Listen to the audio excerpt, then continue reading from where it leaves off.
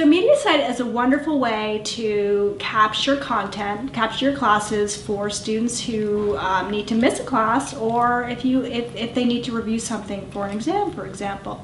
Mediasite integrated into the classrooms makes it incredibly easy to do this.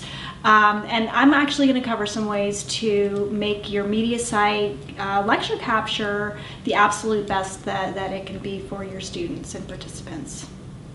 So there's three areas that I'd like to focus on for these best practices. There's your content, your audio, and your video. So let me start with content best practice. So your content is your presentation. It could be your PowerPoint, your Excel, your document camera that you may be using. It could be your whiteboard content. It's your instructional content, the content you're teaching. So the way Mediasite works is that it captures anything that's going through the projector.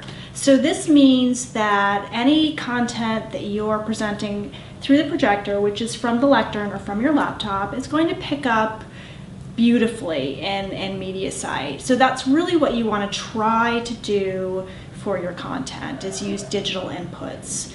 And a digital input also includes the document camera, because although that is what feels like an analog kind of an input, it's actually picking it up digitally and sending it through the projector.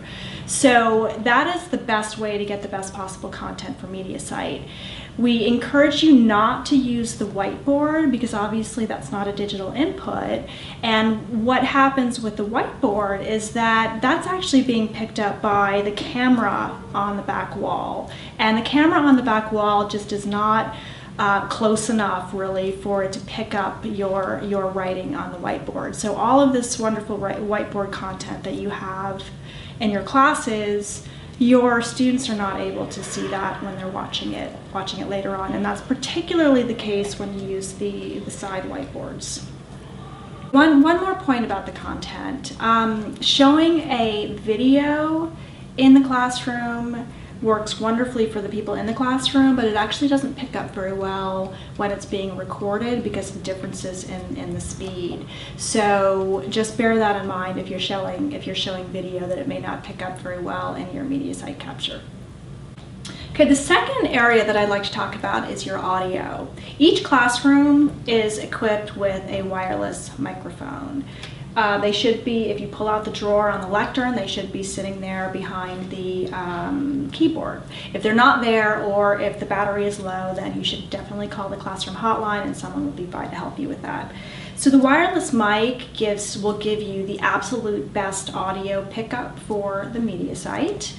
And it actually will also help you with your your voice reinforcement in the classroom as well. The lecterns have a button mic as well, but this really, the wireless microphone really works the best. And then for the students, there's actually microphones in the ceiling to pick up your students when they're asking or answering questions. The second point I'd like to make about audio is that once Mediasite starts recording, it's just going to record for the duration that it's been set up for. So if you have any sort of a private conversation with a student about grades or whatever it may be, before, during, or after class, that will also be picked up in the recording. So just bear that in mind, that you are being recorded.